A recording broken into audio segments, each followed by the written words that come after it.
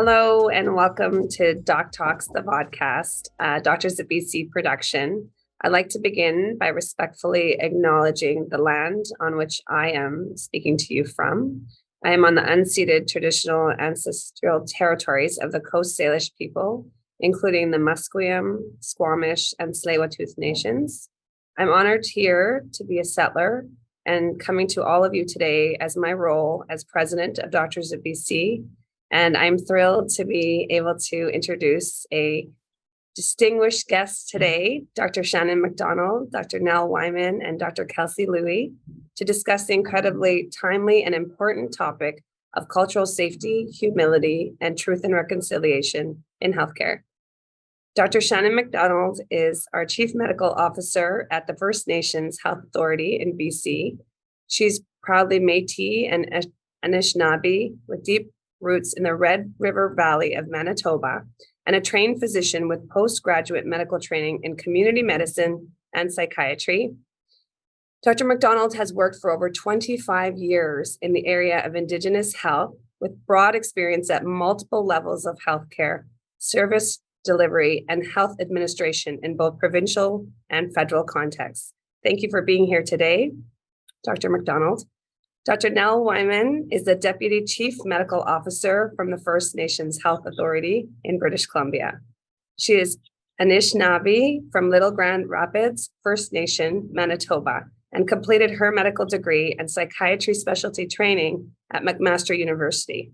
She's Canada's first female Indigenous psychiatrist. Dr. Wieman has more than 20 years of clinical experience working with Indigenous people in both rural, reserve, and urban settings. And Dr. Wieman is also served as the president of the Indigenous Physician Association of Canada from 2016 to 2022. Thank you and welcome, Dr. Nell Wieman.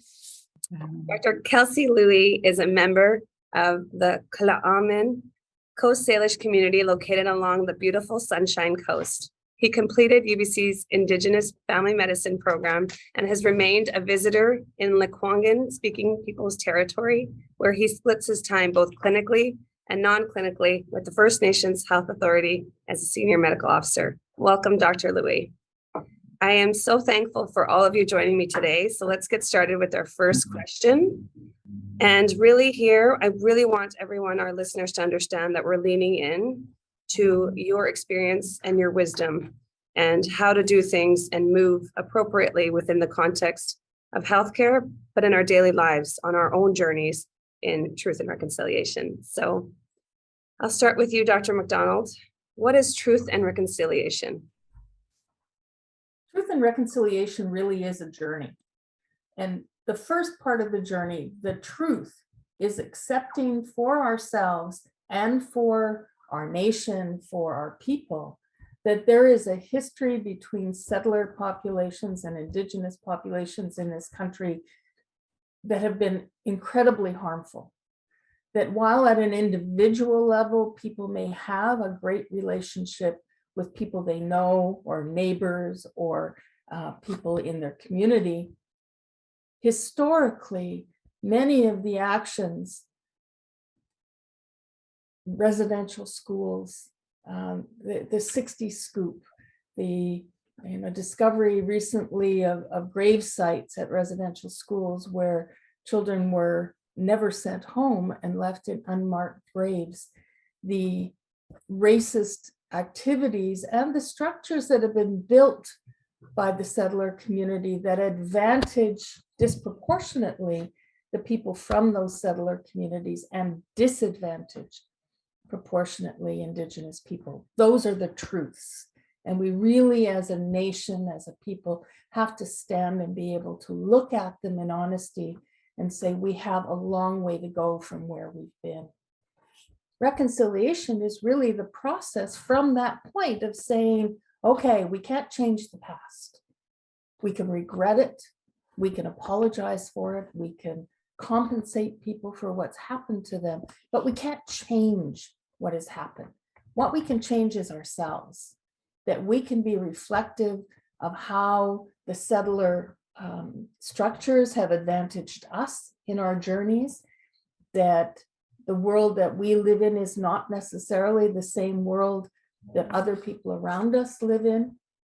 And we can make the changes that make it more equitable, that make it more safe, make it more welcoming. So that process is going to take a long time. But we have to be willing to take the next step in our journey personally and our population's journey overall. Thank you for that. I'm going to ask Dr. Wieman if you have anything else to add in your eyes of what truth and reconciliation means to you.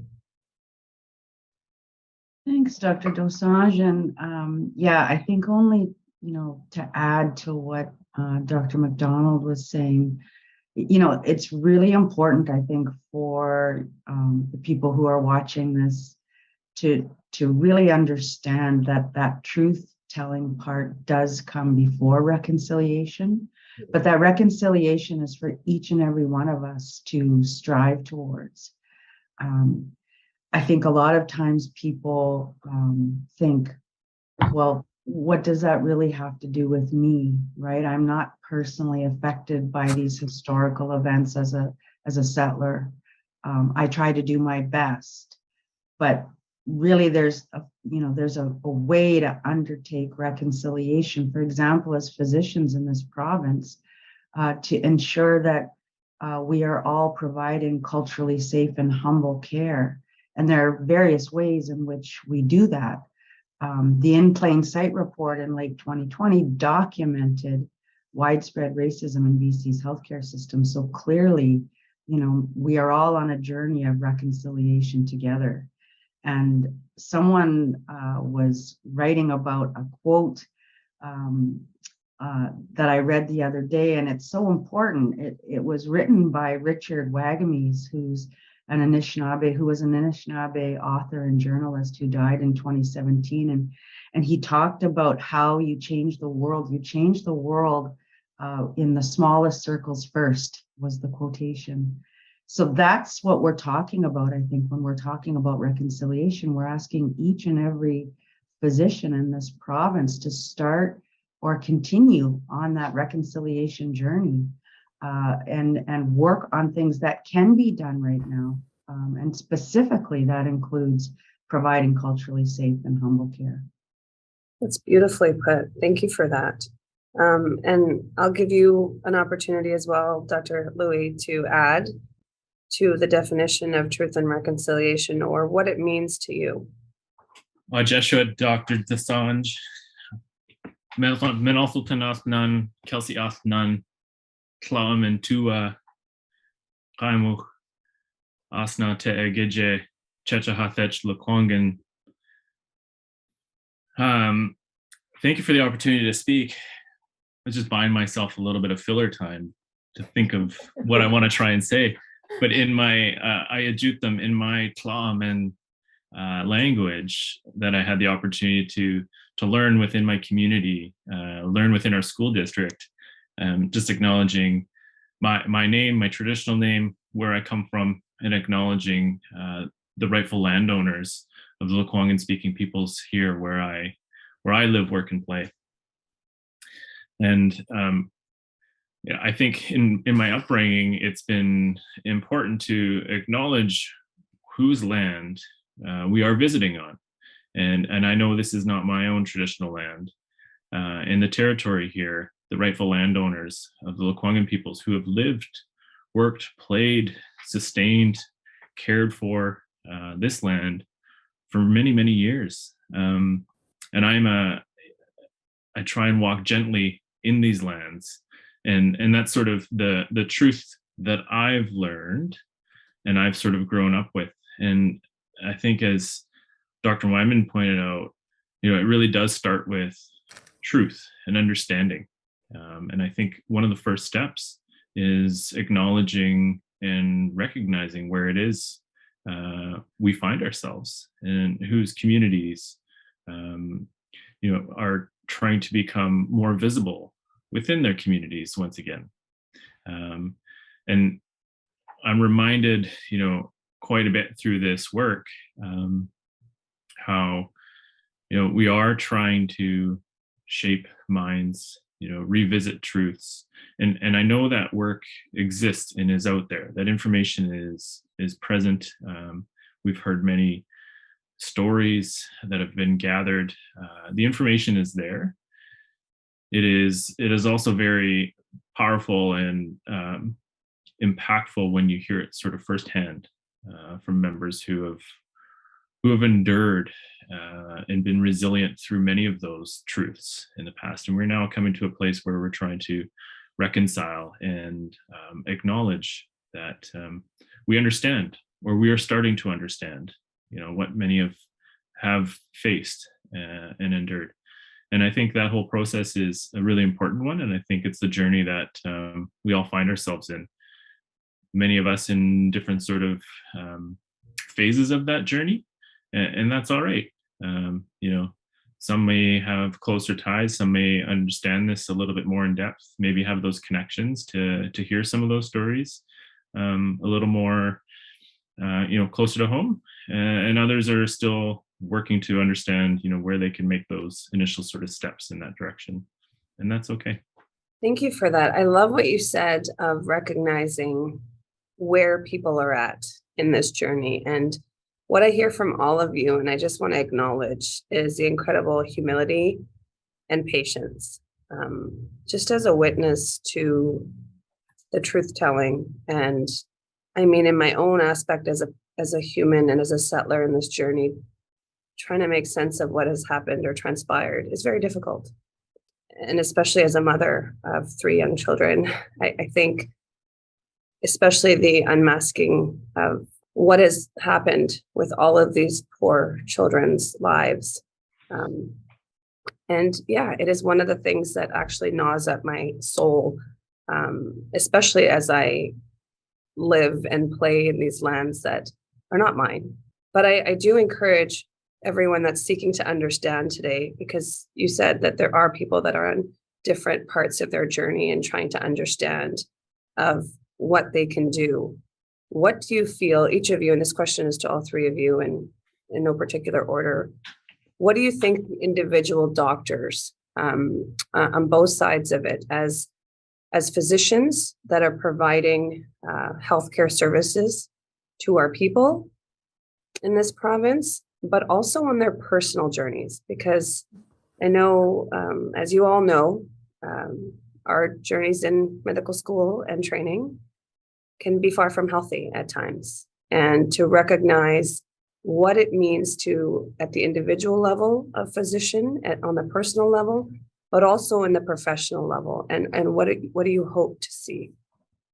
One of the conversations that I often have with people is to try to explain the concept of cultural humility. What does it mean? What do you mean, cultural humility? I'm humble.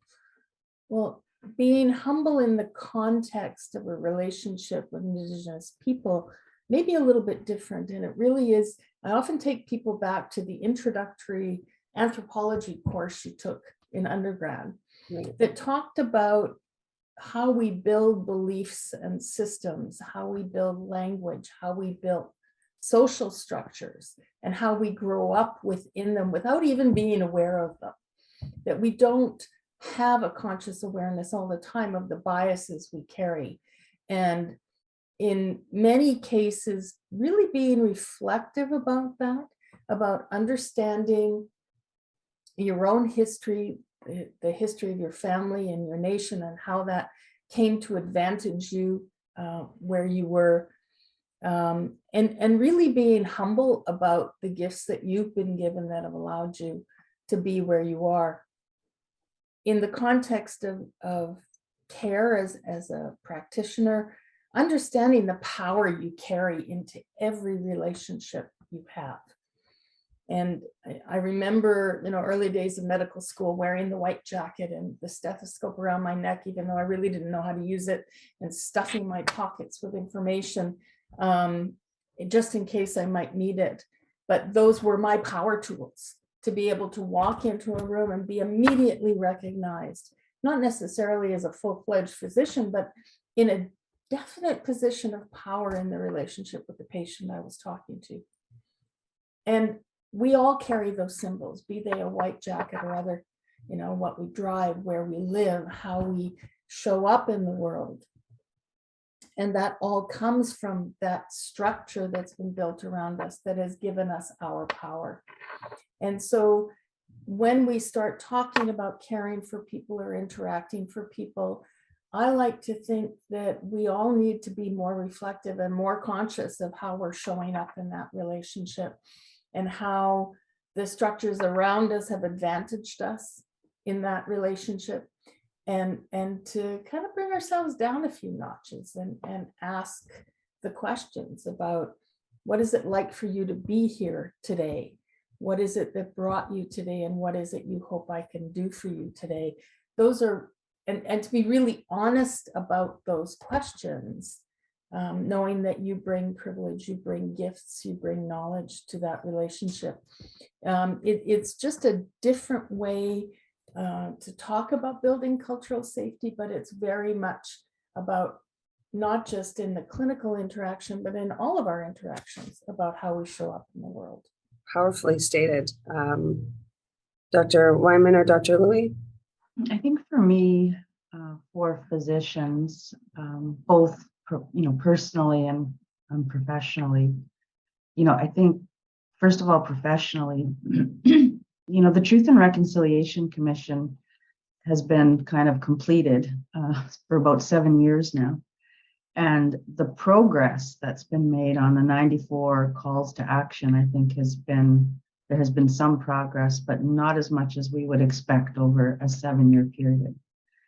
And these documents that get, that are produced as a result of these commissions and, these panels that examine some of the issues facing Indigenous people and First Nations people, they end up sort of, I don't want to sound hopeless, but sitting on shelves collecting dust.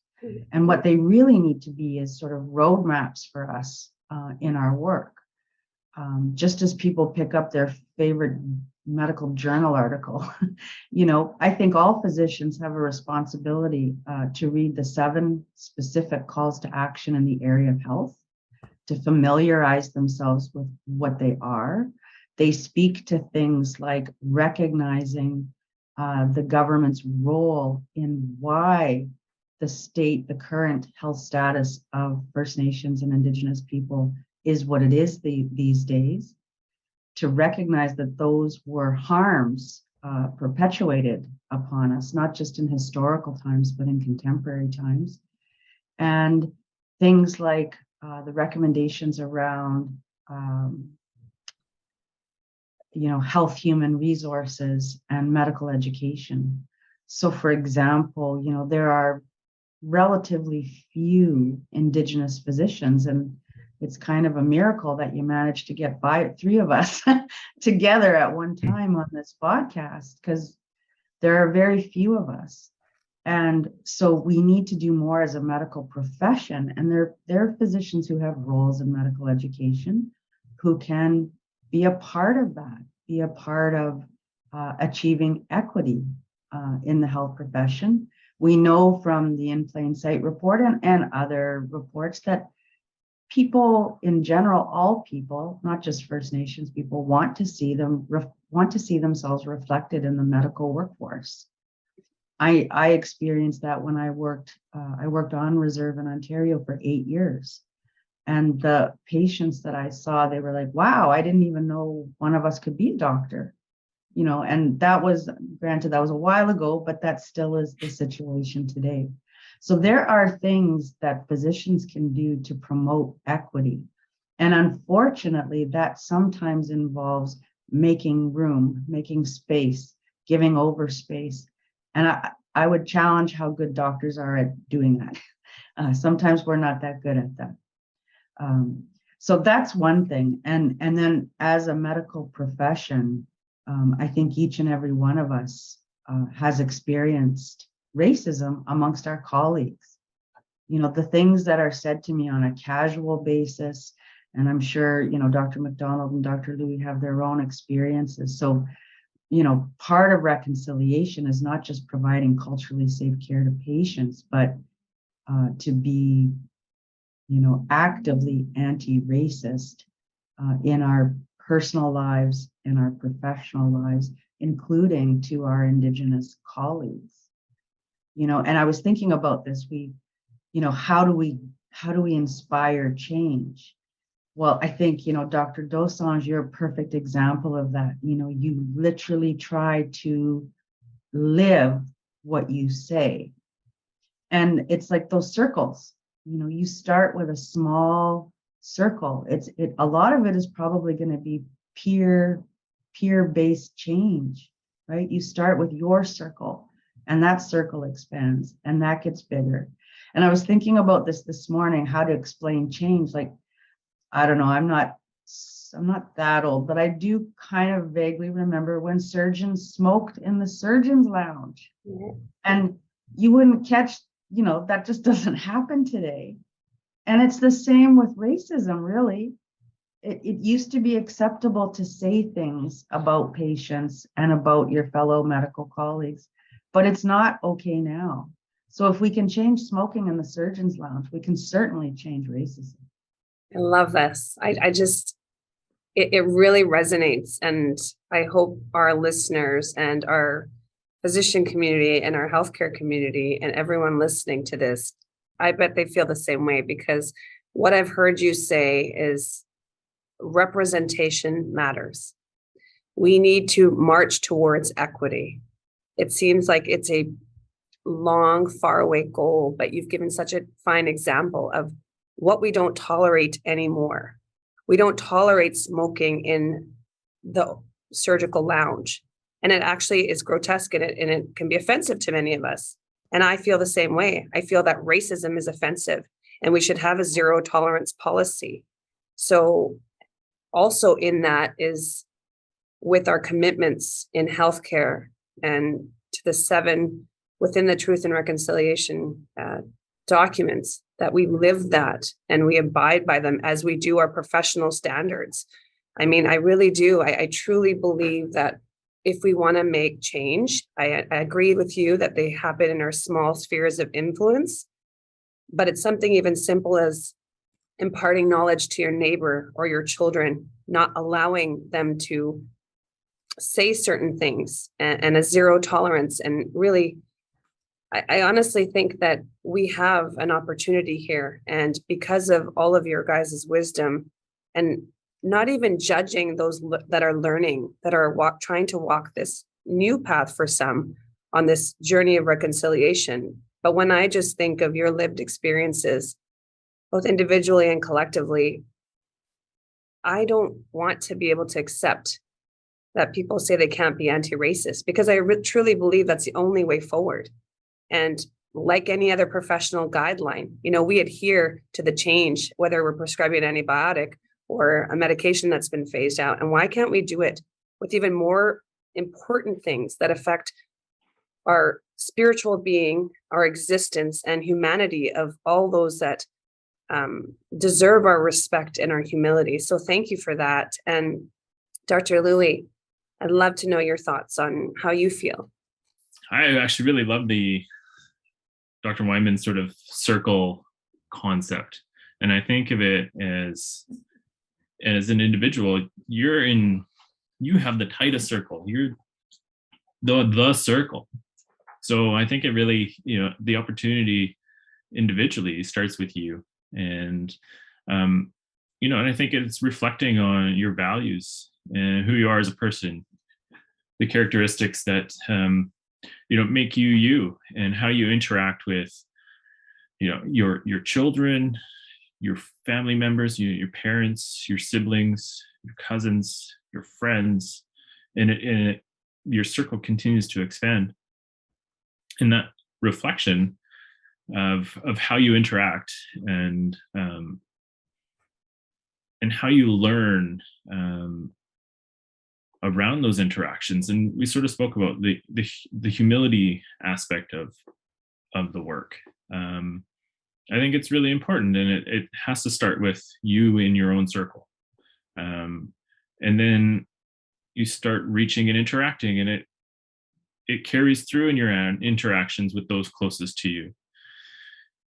Eventually, you're going to hit me, and you're going to hit my relatives and others, and how you interact. And maybe it's directly, maybe it's indirectly. But as we continue to learn, I think there's those opportunities for people to do, reading in a book, looking things up on Google, doing your own sort of reflections and work in such a way.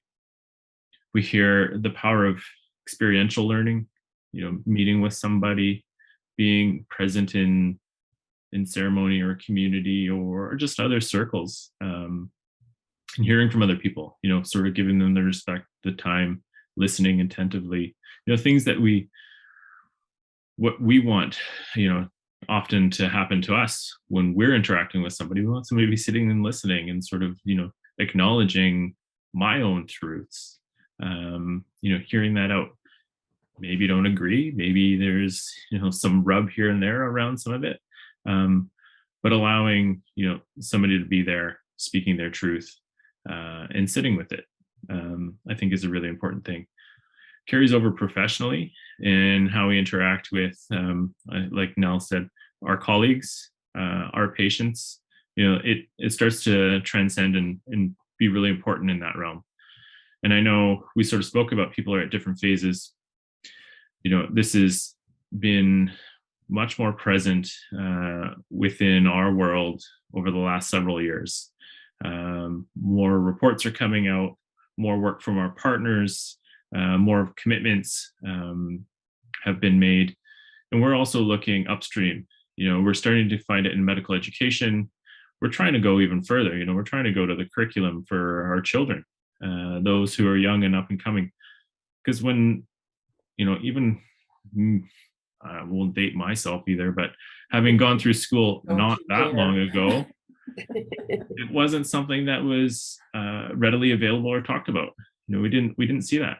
And so we're seeing education change and prioritize, and strengthen the commitments and bring in those who can speak to it and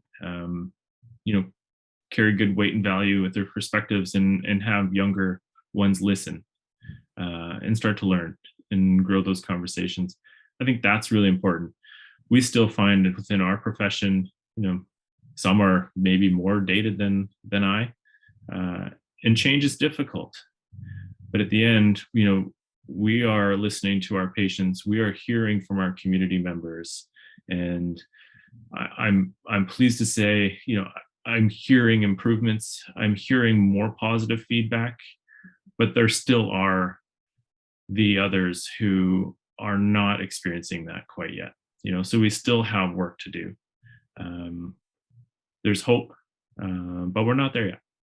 Thank you for that. I heard we're not there yet, and I can attest as to even my own witnessing of anti-Indigenous racism and racism in the healthcare and hospital setting. And I know, Dr. Wieman, you spoke of the In Plain Sight report, and the evidence is there to support all of what we see. But how are other ways that it presents itself and the inequities also exist? I hear that you've said that in the educational system, even starting from the very beginning, not seeing representation, whether your culture or your language or your upbringing or the representation in the people, and for your own people to see, as I am very lucky to have three of you here today, recognizing that it is not representative of our people in Canada.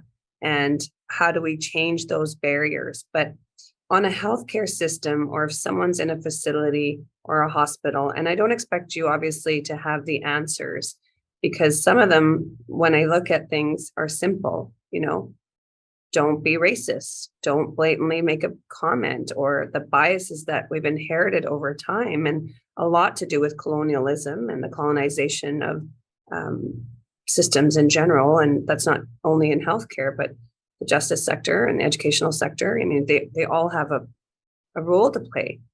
But what do you think that is the change that's needed at the institutional level? We have, like you said, this Truth and Reconciliation of the Commission. It's been 7 years, and when I think of this, I think there's no gradualism or incrementalism when it requires dignity for humanity and for safety and culturally appropriate care. So what is something, if you can think of, that we could do tomorrow, perhaps, and maybe that's really ambitious, but a lot can happen in a year. So even in a year or a few years, what could we do within our own healthcare system if you had an opportunity to change one or a few things that you think could make a lasting impact? And I know I'm putting you on the spot with this question, but just listening to all of you and the experience and trying to direct some of those that may be listening today in what are the small steps. And maybe it's a large step and it's a commitment, but that would definitely change the way the Indigenous are perceived or treated, and maybe build some level of trust again, because reading the reports and witnessing firsthand what happens in many healthcare settings, I would not want to participate in receiving my health from a lot of these facilities. And I know that might be very strong and bold to say that, but I really do think we can't shy away from the truth anymore. I think it's our responsibility as a witness to what I refuse to participate in anymore. And how do we raise that bar? How do we change that standard? And I understand it's small spheres of influence, but is there anything we could implement? Nell, this is your story. She's been working on the Health Standards Organization piece and has done an amazing job. So, Dr. Wieman. Well, yeah, that's an interesting question, right? Because what we have done in partnership at First Nations Health Authority is work with the Health Standards Organization to create a BC cultural safety and humility standard for health organizations, health and social service organizations. And I should say that it wasn't all my work. The work was done by a technical committee that was led by myself and Elder Jerry Ullman, included, most importantly, I think, the voices of Indigenous patients on that committee that developed that standard. And it was just launched in June of this year. And it addresses, I won't go on and on about the standard. I think people can look it up themselves. Is right now it's an organizational standard or a guidance standard. It doesn't really have teeth in the sense that we can't enforce it, but we can encourage health organizations to adopt the standard and have the expectations of the leadership and the people who work, for example, a health authority, to abide as best they can to achieve all the criteria or many of the criteria in that standard. So that's available, right there. And to give an example, it talks about governance in that standard, and there's criteria around governance. And when we look around the province, I think in British Columbia, we do have some things to be very proud of. We're the first province to have a standard of this type. We're the first province, I believe, to have, Indigenous vice presidents in all of the regional health authorities now. So we are making those strides. But governance, for example, and in leadership positions, a lot of the time people are interested and wanting to work toward a leadership position. But for example, like myself personally, I can only speak for myself. I grew up in a very poor family. Neither of my parents went actually to high school. So I had no experience of what it was like as a child growing up to see someone as a physician even, or sitting on a board of directors or anything like that. I had to learn all of that, and oftentimes by myself, because there's so few of us in positions of leadership.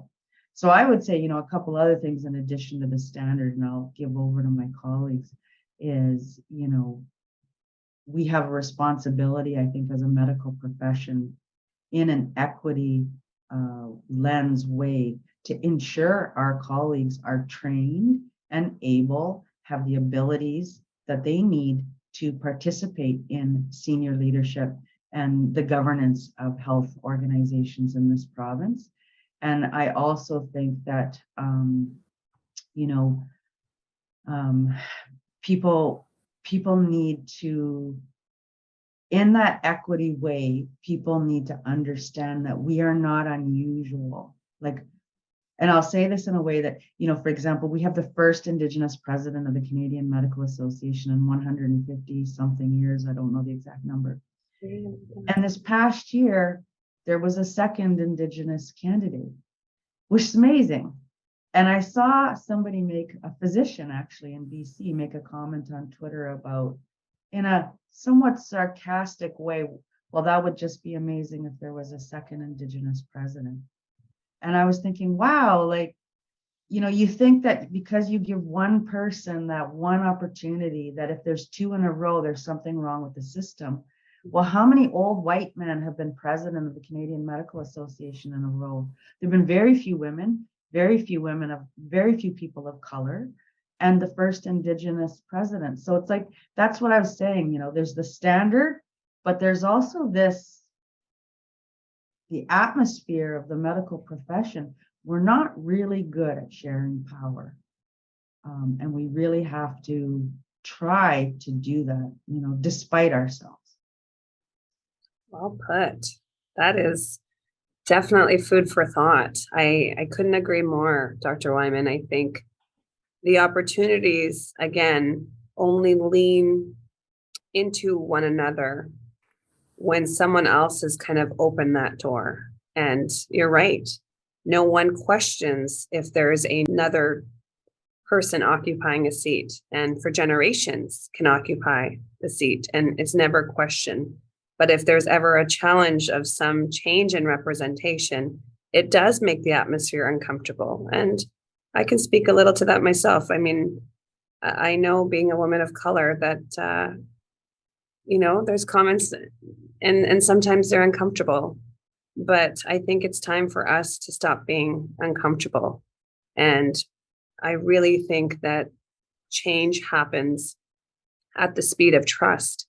And I think people need to trust that we could have a different lens, but we also have gone through the training, and we've also passed the exams, and we've also done the majority of the work that it takes to be here. And sometimes,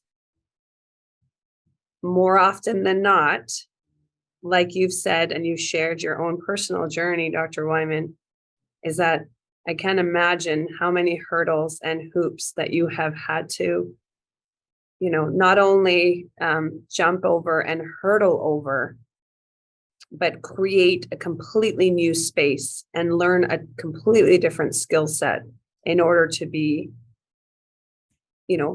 increase the depth of knowledge, your expertise, and to be taken seriously, quite honestly, in a lot of the rooms in which they may not expect either a woman or a woman of color or an Indigenous person to be in those shoes. And I think those are the kind of questions that leave me thinking that, how did we get here? How did we accept the status quo that this was all right? And we're seeing at all levels of equity, racial equity, gender equity, healthcare equity. But why did it take so long for us as, intelligent people, I think, for the most part, good meaning people? How do we miss this? How did we put our blinders on? And where does that bias come from? So just things that I really ruminate over, hoping that someone will help me understand. And how do we peel back the layers to make more room and space, and that change is inevitable. It is here, but it's also a positive thing, because when we expand our ability, we can't go back. And I love that each day, if we have a choice to expand our thinking, we read medical journals, we do our continuing medical education credits, we participate in all of these things that we have to as professional standards. But how about as a human? What do people wake up and think of how I'm going to lead my day, and what opportunity could I afford to others? And I really think allyship is a great place for our listeners also to think about, where could I stretch myself or challenge myself to do something differently today? And maybe it's a small gesture, maybe it's a small movement, or maybe it's stepping aside completely and acknowledging that because you've been so well represented in your walk of life, does not mean it takes it away from you, but that leans into the ability for others to also lead. And we become a better and more evolved professional organization or group of leaders. I'll let Dr. McDonald and Dr. Louie also respond. The conversation kind of sends me back to some of the early days in my training, when people would make comments about, well, you're only here because of special consideration categories, or what are you doing here anyway? Or, well, you're the exception. You're not like them, pointing out the window, downtown Winnipeg. Those constant need to be better, stronger, smarter, just to be considered equal, was such a journey. And I had an elder, when I complained about that, say, this story is the difference between erosion and explosion. That my role in being in that space was about erosion. It was about the crack in the rock that would fill with water and cause erosion, would cause change. But I think we're so far beyond that now. There is just no need for those small changes that aren't going to disturb the status quo, that aren't going to challenge racist activity, that aren't going to challenge the structures, the racist structures that have been built. This is about explosion. This is about saying, no, we can't think like that anymore. We can't do like that anymore. There are new ways, better ways to do this that will ultimately be a positive move for everybody. That, you know, when we started with the First Nations Health Authority in those infant stages, nobody thought we could do this. Nobody thought we would succeed. Nobody thought this organization would last. We would all fail. That we wouldn't see the positive change that we've seen. And we've proven them wrong. We're still here. We're doing well. We're expanding, and we're influencing other systems to change. So we are part of that explosion. And my colleagues and I are all a part of that every day. But to be honest, it's exhausting to have to be banging up against that all the time and saying, no, it can't be that way anymore. Let's walk together and see change. And we have people that walk with us willingly. You're one of them, and I'm very grateful for that. But there are others who are resistors, who are building barriers in our way, who we have to convince slowly and go back to the erosion model so that they don't feel threatened, so that their sense of right in the world isn't challenged. But to be honest, Indigenous people, in my experience, aren't willing to accept that anymore. And I think we, as a collective of physicians and caring people in the world, have to be willing to walk that walk towards an explosion, to something completely and utterly new. There are things we've learned from the past that have real value in how we move forward together, but there's a lot of things we need to leave behind too.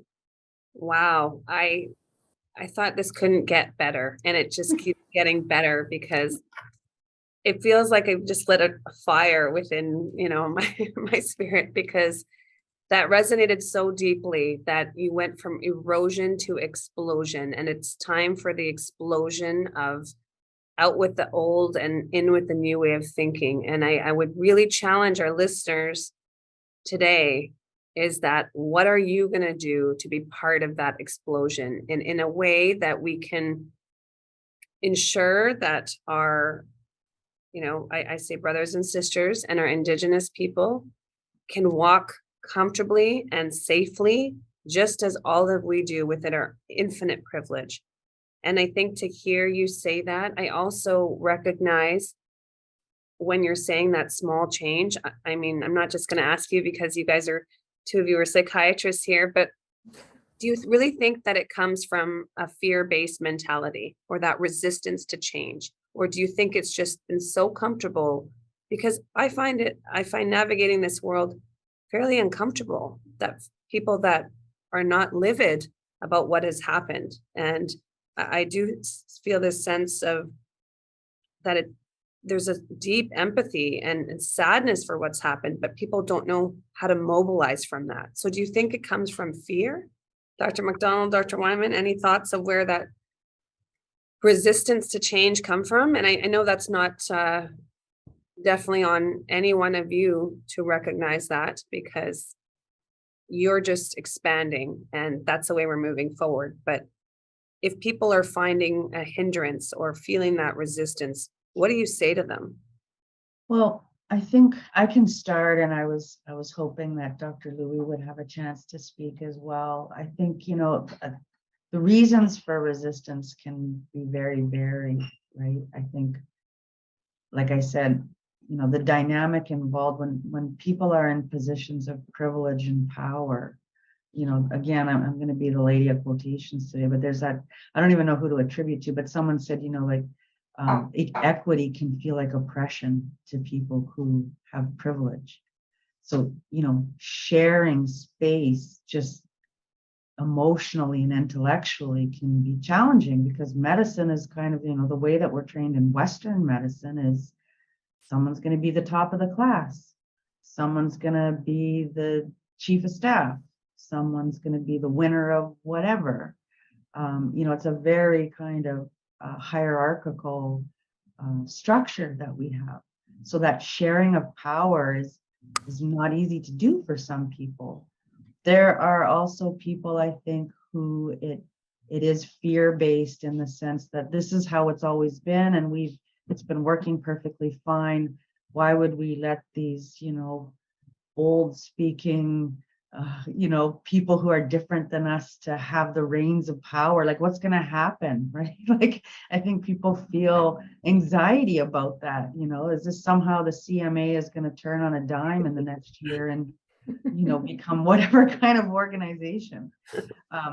And that also is underpinned by racist stereotypes and bias that some people don't even really recognize within themselves or understand the depth to which that goes, right?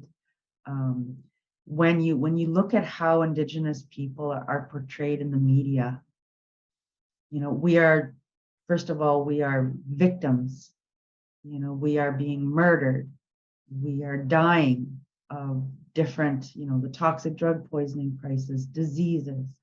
We are troublemakers. We're always setting up roadblocks and obstruction. And so these popular, stereotypes that are based in racism, that's what people are exposed to. So when you say, let's in an equity focused way, help Indigenous people achieve or attain positions of leadership and have a genuine say in how health organizations are run, large and small, then people have that anxiety because that's the stereotype that they have in their mind.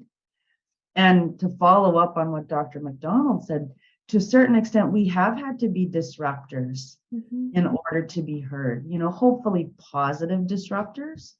But, I feel so, I feel so lucky in some ways to be older now. I mean, I wish I was as young as Dr. Louie with my whole career ahead of me practically. But to be honestly myself and to have that voice and to be able to speak my mind now, whereas when I trained 20, 30 years ago, it just wasn't possible. And there was just too much hierarchy and racism for me to feel like I had much of a chance, to speak up. I mean, I did at times, and I was, in different ways that negatively impacted by that. So you learn how to kind of be quiet and just finish your training. Even a mentor said to me, just wait till you're finished and then you'll have the power. but hopefully now we can have medical students and residents speak up and feel that they have that power and not have to wait 20 years into their career to finally feel like they can, be positive disruptors in the medical health field. Isn't that sad when we think about our voices being muffled? And again, what you say resonates with me in my own experience. And I think, you have to tiptoe in certain rooms, and in certain rooms, you just can't use your voice, or you quietly say something, or the best is when you have someone else say what you were thinking and it's applauded. But however, if you had made that statement, it would have been overlooked. Why are these sentiments happening? And Dr. Louie, I'm going to ask you, and not just because you're younger or newer to the profession than Dr. Wieman or Dr. McDonald, so I'm not trying to bring any aspect of that, but definitely to see, do you feel there was any palpable change when you went through your journey? Thanks for that, Dr. Dosanjh. I do think there's been different opportunity for me. I mean, I recognize, when we speak of privilege and opportunities and just circumstances, being a male is a very different journey for me than it was for others. But even within the profession, I've carried on my journey having had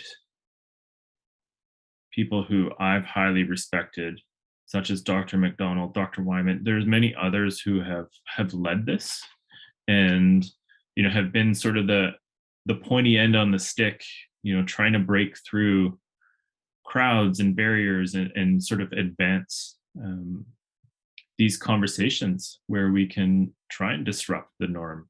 We can try and get others to reflect on what is sort of the complacency or where we feel comfortable, and try to challenge that in a way where people learn to become uncomfortable with change. So my journey has been, it's not been without my own barriers, and challenges and difficulties that I've had to face, but I think it is very different during my sort of journey through medical school and residency and now into my early career, and trying to establish that, where a lot of this conversation has been at the forefront for many of our partners, leadership. Dr. Dosanjh, you're, like, say, an exemplary sort of opportunity to see how this is starting to translate within our partner organizations.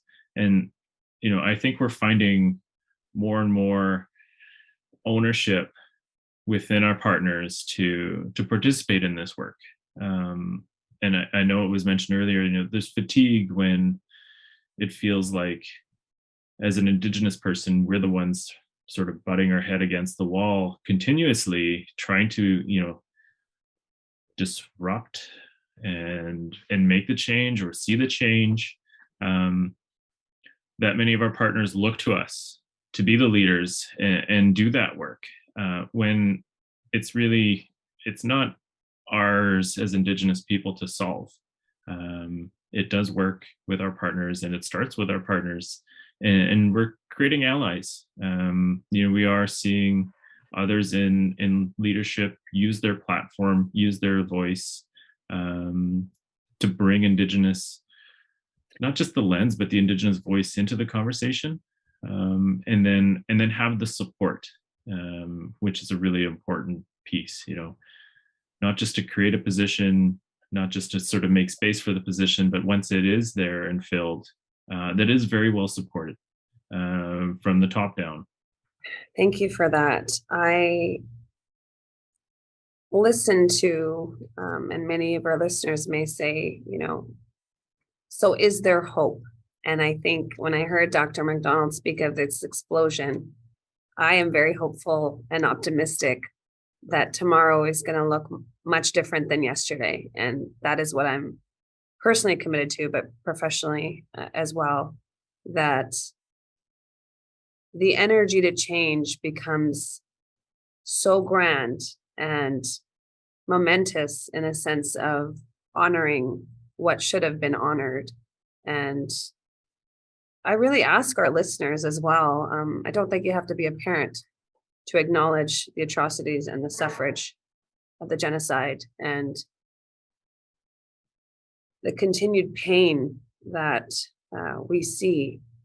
But you're also right. There's been such amazing wins, and all of you are testaments to that. So what hope do you see for our healthcare system, our physicians in this system, and our communities? We've come such a long way. We've come from, you shouldn't be here, to please be the token in the room, even though you're really not allowed to talk, to being able to call people on their stuff and not be kicked out of the room, to, I really want to partner with you. I want to understand better. How do we bring it together at the table and move forward together? That has been a huge journey through my career. And I am honored to have allies walk with us. I am honored to say to people, you're right, it's not just us. It's not just the staff from the First Nations Health Authority who come to instruct you and tell you what to do and take responsibility for that. It's your work. And we're willing to walk with you and we're willing to inform you, but it's your work. And people are accepting that in a way that never did before. Unfortunately, we still get the tragedies that come forward, the stories and the horrors. And I hope that those, as tragic and sad as they are opportunities to learn, and that people don't hide from those stories, that they lean into them and say, okay, this didn't go well, and somebody really suffered for it, and I can make a change in this way that will ensure that that won't happen again. And for those kinds of learnings, I hope that we are all walking with you to support you and in that space. But there has to be a time to step back and allow people to take the journey. The challenge for me now is the system, God love the system, who want to run the show now. Who've got, okay, I've got this brilliant idea. We're going to do it this way, and we're going to tell everybody about how it's going to be done and move forward, and we're in charge. It's like, you missed a lesson back there somewhere. This is not about you being in charge and taking it forward alone. It's really, well, wait a minute, slow down. Have you brought communities on board? Have you brought First Nations leadership on board? Have you really assessed what you're doing in terms of its cultural safety? Those are all parts of this long journey, that evolution, for lack of a better term, that is ongoing. And I hope that my grandchildren will see a different world, that their experience will be different. But I assume that it will take that long. I don't think the explosion's done yet. I think there will continue to be fireworks, and I think there will be continuing change over time. But I'm confident that the change is coming. Yeah, I think, the only thing I would really add is, I get this question asked a lot in different ways. Like, I choose to hope, because if I didn't hope, then I would despair. And that's no way for someone to live their lives and their professional life. But I really do feel quite honestly and forwardly that the murder of George Floyd, the death of Joyce Echaquan, and the In Plain Sight report all in 2020 irrevocably changed the world in some ways, and especially here in British Columbia, that we can't go back anymore. We can't pretend that racism is not an issue.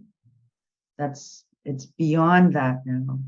And as Dr. McDonald and Dr. Louie have also said, we're most interested in moving forward and walking alongside. And I think what I would challenge, your watchers, your listeners, my fellow medical colleagues in British Columbia is, instead of trying to worry so much about what change might be or what the possible, calamities that could happen, think about the enrichment of each and every one of our personal and professional lives if we embraced, equity, diversity, and inclusivity. Not only would the example of partnering with First Nations here in this province, it's an example of how we need to engage and work with other populations in situations of vulnerability. The homeless population, the population of people who use substances, the LGBTQ2S plus population, and the intersections between all of those. So there is a richness and a complexity that we add that adds value to our world when we work towards equity, diversity, inclusion. And I think people forget that. They get caught up in things are going to change, what's going to happen, instead of recognizing how much better things can be for each and every one of us. Because I think that's ultimately all of our roles as human beings. Whatever groups we belong to, we all do better when we lift each other up and support each other. Wonderfully put. Dr. Louie, what are your thoughts? Do you have hope? I do have hope. And so I need to backtrack. Dr. Dosanjh, when you're in the middle of a podcast, a vodcast, and you say something, and then you sit with it for a while, going back a few minutes back, we were sort of speaking about cultural safety, humility, and I said, what did I say? We're not there yet. Right. And I need to rephrase it, because when we talk about the journey of cultural safety and humility, it's not you hit a threshold and you're there. Right. It's a lifelong journey.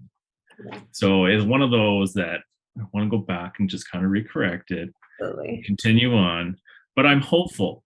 And I'm hopeful when I hear colleagues from the medical profession, inquiring to me and my colleagues and others, I'm interested. How do I do this? What are the next steps? What can I do? There's curiosity. So I'm hopeful that, when I hear that curiosity, that people are trying to figure out what it is they can do, individually, what it is they can do, within a clinic or within a community, and others that way. So that's one sort of piece. I'm hopeful that I'm hearing and seeing more Indigenous medical students gain entrance into medical programs and graduate. We're graduating numbers at increasing rates here within the province, but also across the country. And I think that's a very, as an Indigenous person who's gone through this, I'm really uplifted seeing those go through the programs and succeed, and the numbers that we're gaining in terms of those who want to enter into the profession and are getting the opportunity to bring their perspectives and values to the profession. As we alluded to, when it comes to governance or opportunities, invitations to join our partners in this work, whether it's working groups, whether it's different committees, advisory role, just sometimes a soundboard. It brings hope to me that we're trying to partner We are seeing many of our partners, try to do the work and, sometimes stumble their way through it. Sometimes, walk at a snail's pace, and sometimes try and go a little bit quicker.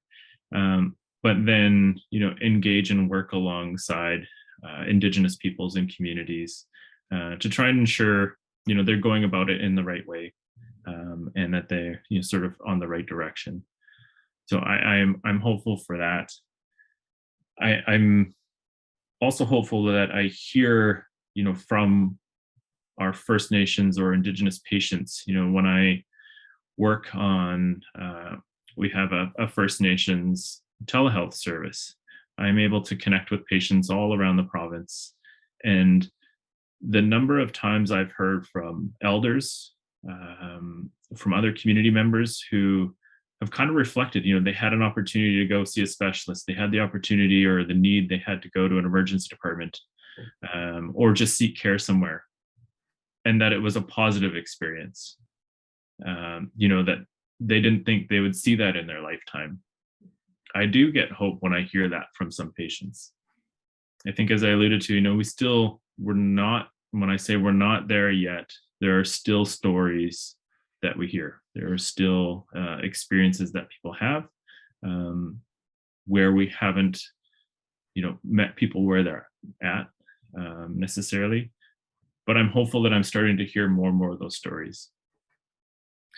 And I'm also hopeful in terms of when I see, people who are highly respected within my circles, such as Dr. McDonald, Dr. Wieman, women who are in positions where they can utilize their voice and experiences and share it amongst, our community members, but our partners, they're in leadership positions. Having grown up in a matriarchal sort of community, the women in our families, their voices, you listen, you hear the wisdom, you follow it, and you follow it for good reason. And I'm more and more hopeful when I see these opportunities present. People work hard to get into those positions, and that they're created and that they're supported. And so, I think there is a lot of hope that I see, and I hope we continue to go down that path. Thank you. I'm going to shift gears a little. I have a question. So to each of you, what's your radical idea? I'll go first. Okay. So this has come up in some of my work around cultural safety and humility. And when physicians renew their licenses here in British Columbia, they can optionally check a box as to whether or not they've completed cultural safety and humility training. And I know there's been some discussion over the years about having that be mandatory. And I think people are hesitant about that for a variety of reasons. But again, I do a lot of thinking when I walk my dog. I was thinking, when we were all in medical school, one of the first, most basic, fundamental things we learned to do was take a history. Understand the patient's symptoms and the story behind how they got to where they are in front of you today. If you add on that layer of cultural safety and humility, using cultural humility to attain cultural safety, that's as fundamental to medical care as it can be. And I've heard people say cultural safety is really be a good person, right? Treat people with respect and kindness, and respect where they're coming from, meet people where they're at, etc. So my bold idea, and as I guess I will continue to advocate, is if we're training physicians to learn how to take a history, if you add that layer of cultural safety, which is very basic, then the why mandatoriness makes people nervous kind of gets removed from that equation, because it is as necessary to medical care, cultural safety is, as learning how to take an adequate history. Love it. Yes. Dr. McDonald. I'm 3 months from retiring my position. And a lot of people have asked me about that, about why now, all those things. But one of the things that retiring at this point in my life allows me to do is the freedom to shed the organizational shroud that says you can or you can't say something, or this board of directors will be upset, or that group of people. It allows me to just speak as an individual with a particular history, with particular knowledge, with particular political leanings, without fear. And if people want me to be around to present that, excellent.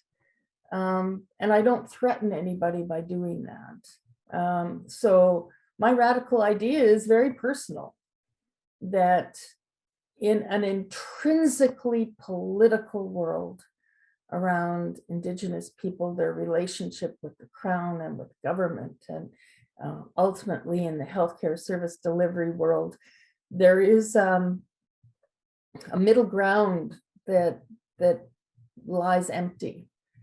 I'm not a politician.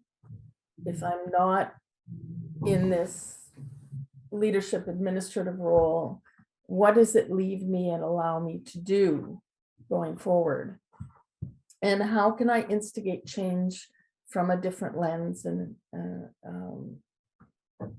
with a different vision going forward? And how can I influence people? And so my radical idea is to get the heck out of Dodge and to find a new path. Wow, you're speaking my language there, as I'm not too far from my term being over, and you and I might find ourselves in the same juncture. Dr. Louie, what's your radical idea? Could you imagine that, Dr. McDonald? You and I speaking even more truth. Oh, you want the world to get scared? Yay. Dr. Louie. Well, I look forward to seeing that both from you. So I don't know, radical idea, radical reality. I think it would be something along the lines of, I just like to see our community members grow old and be healthy. And I think we're aware of the health gaps, the disparities, the difference in, longevity of life lived, the health of those lives that are lived, those who leave us too early. When it comes to that, I think, and I hope it's one day not a radical idea to think of our community members growing old and healthy, to see our elders be present, to see our language revitalized, awakened, our culture awakened. I think these are all, I'm not going to say ambitious. It's within the health realm, but we know our health and wellness is beyond just our physical health. And when we speak about the social determinants of health, there's a lot of different factors at play that will contribute to that. But that's sort of where I think I go with some of this. So that's a profound statement. All of the ideas shouldn't be radical. You're right. They should all be achievable and attainable. And it brings me sadness. I don't know the other people that are watching or listening to this, but for an ask of longevity and health and wellness, and we are in healthcare, for an ask to the majority of women who are incarcerated with Indigenous backgrounds, or what I think about the vulnerabilities. And I truly believe that when going into medicine, there be some art of healing and compassion. And I know there are, but I also am well aware of the systemic implications in our workforce, in our environments, in our atmosphere.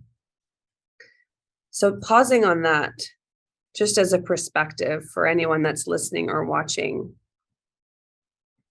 I don't know how you don't think to yourself, even your quiet self and your quiet moments of reflection, how profound that ask to be a radical idea of just being given the basic needs in life. And the basic safety and security that your environment that surrounds you does not cut years off your life or affect your morbidity and mortality. And I think this is why my own personal reflection on the work of truth and reconciliation, I find myself restless because I don't know how you can bring peace to all of that has happened and continues to happen. So my radical idea is that everyone that's listened to this and tuned in, I'm glad that you made it this far to actually be in the honor of the great wisdom of these three exemplary leaders. And I ask yourself, how are you going to change yourself in awareness and commit to an anti-racist lens, and how you show up in your commitment and connection and acknowledgement of those that are so underserved and so far from your privilege. So I task all of you to use your introspection, and to Dr. Wieman's point, the world stood still in 2020, and not only because of the pandemic and the illicit drug toxic supply and opioid crisis, but it also stood still because we witnessed such atrocious acts of violence with racism. So I'm going to leave you with that, but also to think of how you can create your own ripple effect, because I do think change is inevitable. And I do believe that this explosion is imminent, but it's an explosion of abundance and compassion and love for one another as humans. Because in medical school, whether they taught us or didn't teach us, it's now our professional grown responsibility to lead as the humanitarians that our world thinks we are. And I will leave the three of you if there's any other closing remarks or anything you wish to say. I just know I'm so grateful for you and your time and taking out your time. And because there has been a lot of asks that come to all of you, because when you're a few representing such a large voice and our First Nations populations and the owners of this land in which we call Canada, that it really is truly heartening to me and to doctors of BC who I'm representing today, that you have come along with us in this journey and forgive us for what we may not have known, how we may not have shown up. But I can give you my personal commitment that my hope is also for this organization to lead differently and to challenge itself into waking up into the awareness, taking away our blinders and our biases, and really questioning how we do things, but most importantly, how we show up. Because we read the evidence-based research, and so much of our work is governed by that. But we don't need any more data or numbers of kids' lives lost to tell us that we could be better humans. So any closing remarks from each of you? Again, my heart is open to all of you and all of the learning you have gifted us with, and the progress in your leadership, in your voice, and your representation. Just a thank you, Chimagwech, and a wish for wellness on your journey, which I know is some days challenging, and for our other allies in this work, gratitude. and hope, and a smile every once in a while, because it can be really heavy work. So just thank you very much. Yes, Dr. Dosanjh, miigwech for having me on. And I guess I'll just use one of the typical closings we use by saying all my relations, because we are all related, and we'll make change together. And I'd just like to take the opportunity to thank you for creating this space and the opportunity to bring a bit of a voice to this work. And in my language, Chechahothech, and hands raised to the work for allowing this here. And as we alluded to, we are in this, we are working, with and alongside and on behalf of our communities, and we need the help. And we're hearing that others are willing to step up and support this. And so exactly, to the listeners and to everyone else, appreciate taking the time to listen into this. Thank you. Thank you.